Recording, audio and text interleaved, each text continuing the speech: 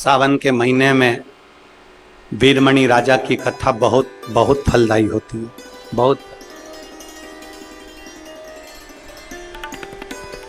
एक बहुत सुंदर कथा आती है। त्रेता में एक राजा हुए जिनका नाम था वीरमणि। शिव जी के परम उपासक थे।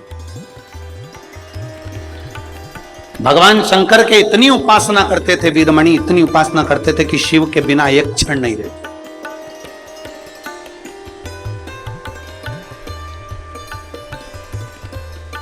और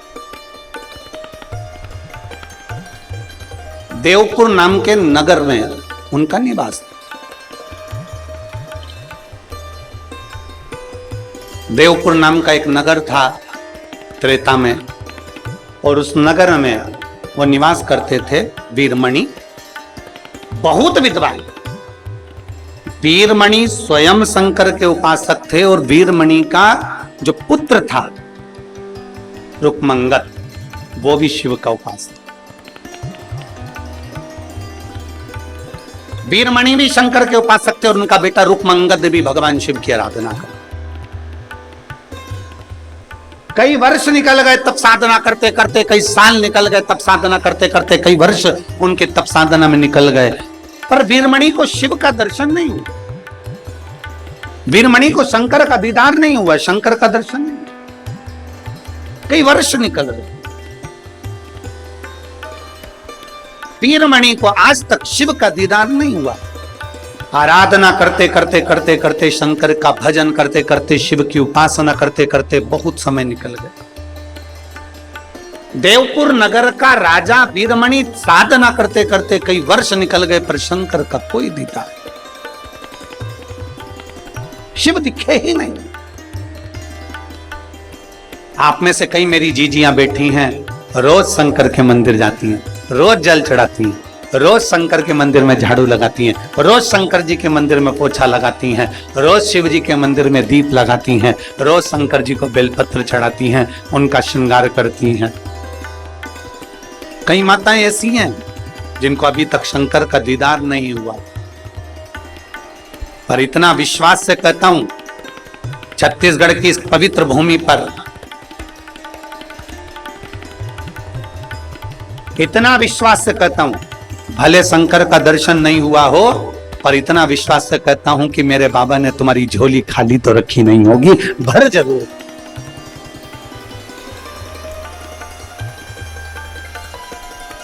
ये भरोसा है। राजा वीरमणि को, देवपुर नगर के राजा वीरमणि को शंकर का दर्शन नहीं हुआ। आखिरी में वीरमणि को लगा कि शिव का दर्शन नहीं हो रहा, मेरी साधना। वीरमणि का बेटा रुक्मंगद भी शिव की आराधना में लीन रहने लगा। श्री शिवा नमस्तु, श्री शिवा नमस्तु, श्री शिवा नमस्तु, श्री शिवा नमस्तु। वीरमणि भगवान शंकर की आराधना में डूबे रहते, रुक्मंगद भगवान शिव की आराधना में डूबे रहते।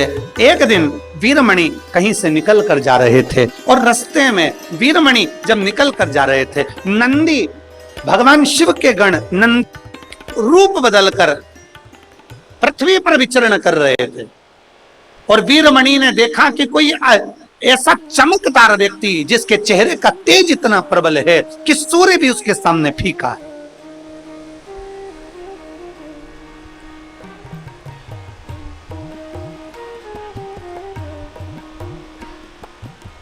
जिसके चेहरे का तेज इतना प्रबल है कि सूर्य भी जिसके सामने फीका।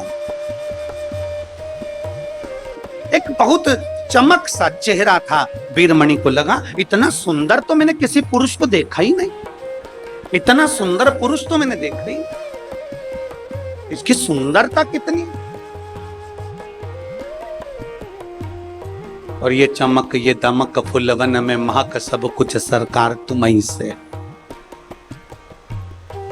इतना सुंदर मैंने नहीं देखा। वीरमणि ने सोचा, इतनी सुंदरता किसी पुरुष में आज तक मैंने नहीं देखी, इतनी सुंदरता।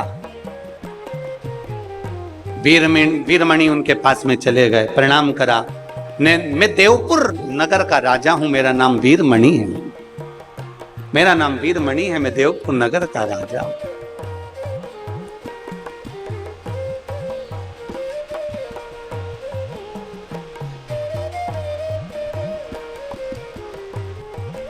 सावन के महीने में वीरमणि राजा की कथा बहुत बहुत फलदायी होती है, बहुत।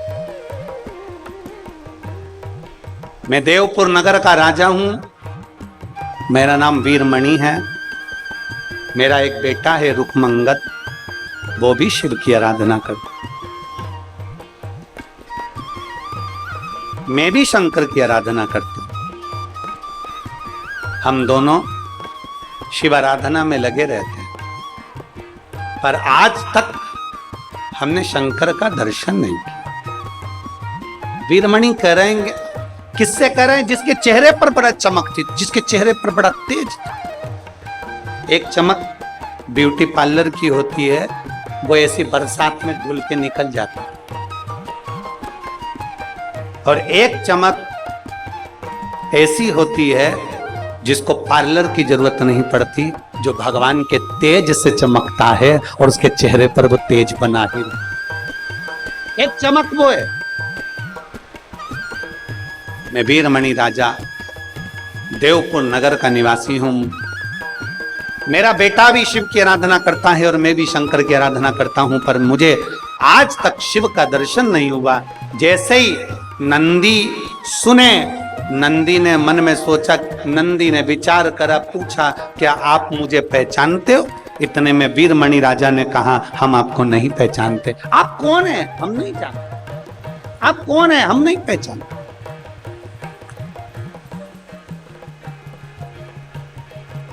हमने आज तक आपको देखा नहीं। और महाराज वीरमणि राजा ने हाथ जोड़कर कहा मुझे शिव नहीं मिल रहे, कृपा करिए। नंदीश्वर को पहचाने नहीं थे, बस चेहरे का तेज देखकर कह दिया था कि आप कुछ कृपा करिए। नंदीश्वर ने कृपा कर दी और कहा राजन, अभी तक तुमने सावन के महीना तुम्हारी पूजन के मध्य में तो आया, पर श्रावण के मध्य में जो शिवरात्रि आती है, तुम उस शिवरात्रि पर संध्या बेला में, प्रदोष काल में, रात्रि के समय पर प्रथम पहर की पूजन नहीं करते। प्रथम पहर नहीं पूछ। मेरा पूरे विश्व के लोगों से, पूरे विश्व में आस्था चैनल के माध्यम से जितने देश कथा सुन रहे हैं, टीवी चैनल के माध्यम से जितने शिव भक्त कथा सुन रहे हैं, मोबाइल और फेसबुक के माध्यम से जितने भक्त कथा सुन रहे हैं, उनसे निवेदन है, सावन के महीने की जो शिवरात्रि आती है और रात्रि के समय पर प्रथम पहर में, शाम के समय पर जो हम पूजन ऑनलाइन सब बैठ कर करते हैं, दुनिया भले इसका कितनी भी हंसी उड़ाए, दुनिया कितनी भी गाली दे, पर आप और हम जब घर के अंदर पार्थिव मिट्टी के शिवलिंग का निर्माण करते हैं, हम पूजन कर पाए ना कर पाए, पर केवल मिट्टी का शिवलिंग बनाकर उसकी पूजन छोटी सी मात्र में कर लेते हैं, तो मेरे शंकर इतना भंडार भर देते हैं कि जिंदगी भर की आनंदता हो जाए।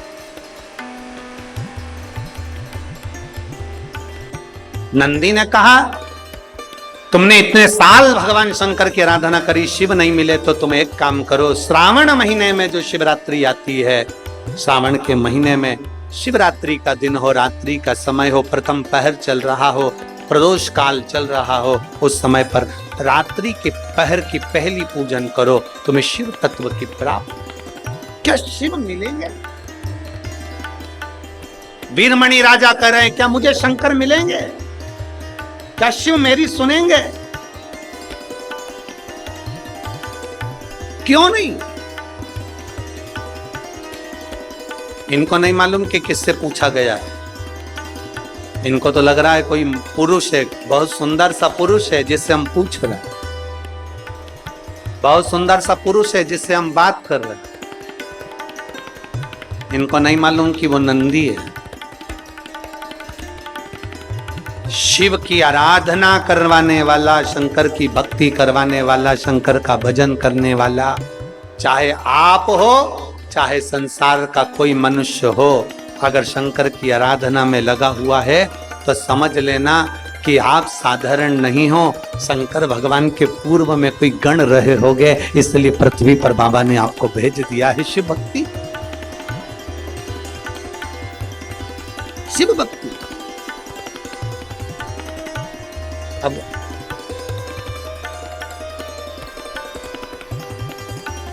आज वीरमणि राजा ने अपने पुत्र रुक्मंगद को बुलाया और रुक्मंगद को बुलाकर कहा कि सावन का महीना आ रहा है, शिवरात्रि छूटना नहीं चाहिए।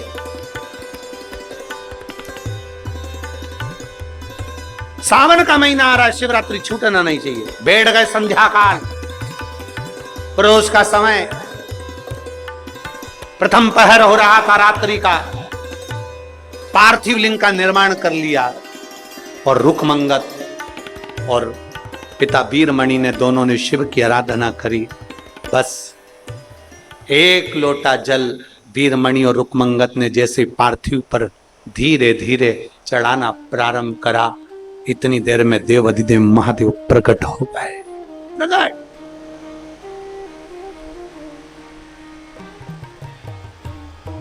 शंभु प्रकट हो गए।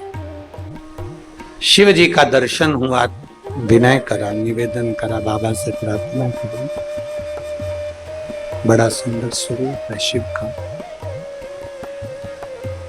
बड़ा सुंदर स्वरूप है शिव का।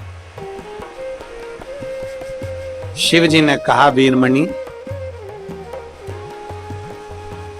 मांगो तुमको क्या चाहिए। रुक्मंगद मांगो तुमको क्या चाहिए।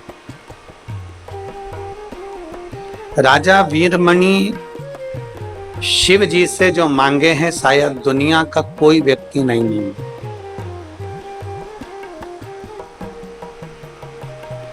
आज का व्यक्ति स्वयं का भला हो, स्वयं का विकास हो, स्वयं का उन्नति हो।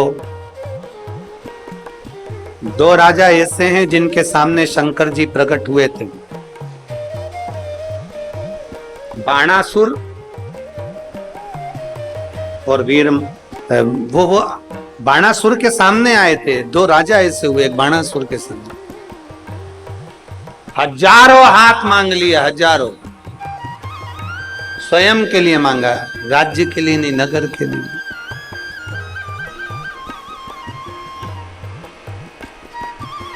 एक है वीरमणि। देवपुर नगर के राजा वीरमणि ने, शिव जी कह रहे हैं मांगो तुमको क्या चाहिए।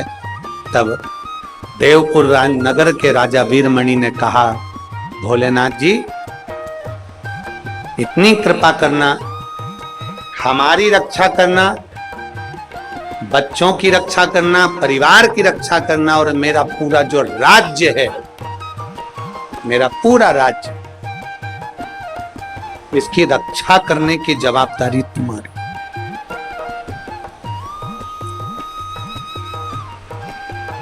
इसकी रक्षा करने की जवाबदारी तुम्हारी है। इसकी रक्षा तुम्हें करना है। जब जब हमारे राज्य पर दुख आए, तकलीफ आए, कष्ट आए, मेरा शिव सामने, बस इतनी सी कृपा।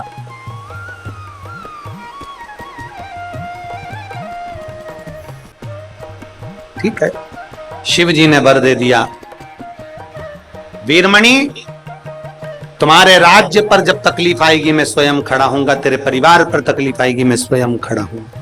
समय आया, भगवान राम जी ने अश्वमेध यज्ञ करा। अश्वमेध यज्ञ का अश्व छोड़ दिया।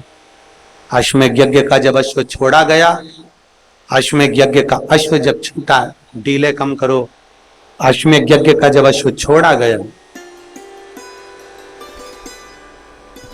वो अश्व, अश्वमेध यज्ञ का अश्व घूमते घूमते देवपुर नगर में पहुंच गया। और देवपुर नगर में जैसे ही पहुंचा तो राजा वीरमणि के बेटे रुक्मंगद ने उस अश्व को पकड़कर बंदी बना लिया।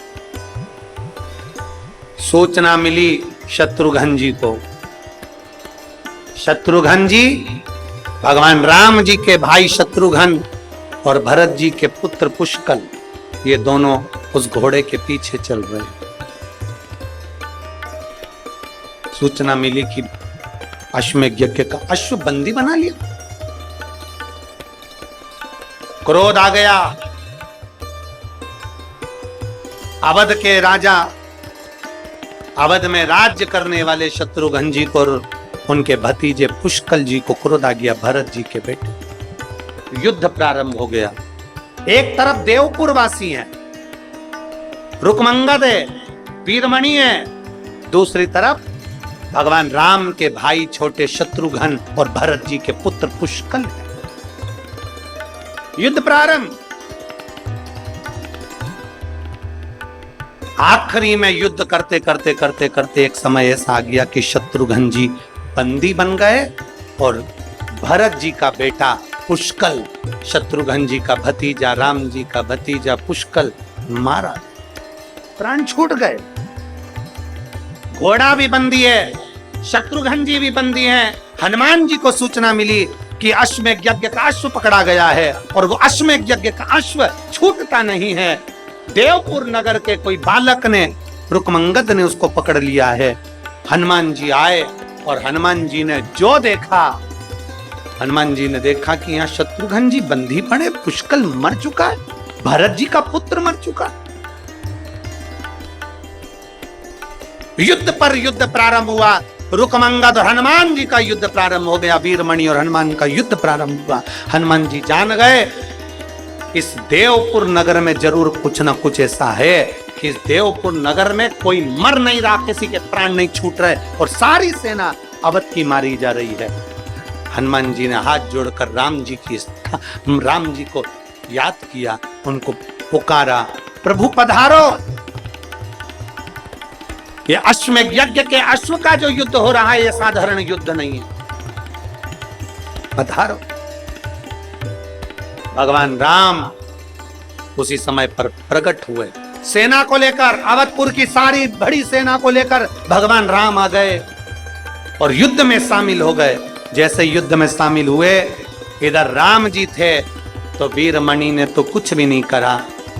वीरमणि को तो वचन दिया था भोलेनाथ जी ने कि तुम्हारे राज्य की रक्षा करने की जवाबदारी मेरी है। केवल एक दिन सावन के महीने की शिवरात्रि की ऐसी पूजन कर ली कि शंकर भगवान ने पूरे राज्य की रक्षा करना प्रारंभ कर। एक आराधना, एक शिव स्तुति इतनी प्रबल थी। इधर शंकर भगवान, वीरमणि ने नहीं कहा कि आपको आना है, क्योंकि शंकर जी ने वचन दिया था आप भले भूल जाओ। शंकर जी को एक लोटा जल चढ़ाकर आप भले भूल जाओ, शिव जी को बेलपत्र चढ़ाकर आप भले भूल जाओ, शंकर जी के मंदिर जाकर आप भले भूल जाओ, शंकर जी की कथा सुनकर आप भले भूल जाओ। कोई व्यक्ति ऐसा नहीं है जिसको पूरी कथा याद रहती होगी। शिव जी की कथा सुनी भूल गए, शंकर के मंदिर गए भूल गए, बेलपत्री चढ़ाई भूल गए, झाड़ू पोछा करा भूल गए, तुम भले भूल जाओ, पर मेरे शंकर भगवान तुम्हारे एक लोटे जल को कभी नहीं भूलते। मरते दम तक मेरा शंभु तुम्हारा साथ देता है, मरते दम तक, आखिरी श्वास तक मेरा शंकर तुम्हारा। सूचना मिल गई, करा क्या जाओ। शिव जी युद्ध करने के लिए आ गए। वीरमणि को नहीं मालूम कि शंकर आए। इधर राम जी, इधर शंकर भगवान, दोनों में युद्ध प्रारंभ हो रहा था। राम जी के इष्ट है शिव और शिव के इष्ट है राम।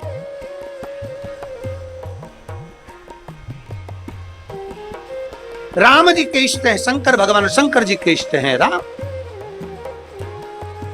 पर एक शिवरात्रि का वर दे दिया तो फिर सम्मुख में राम जी से भी युद्ध हुआ। राम जी ने विचार करा कि शंकर भगवान को तो परास्त ही नहीं किया जा सकता। राम जी ने विचार करा, सामने शिव हैं, इनको कैसे मारूं, कैसे परास्त करूं। बाणों पर बाण चल रहे थे। आखिरी में कोई बाण शंकर भगवान को नहीं छू सका।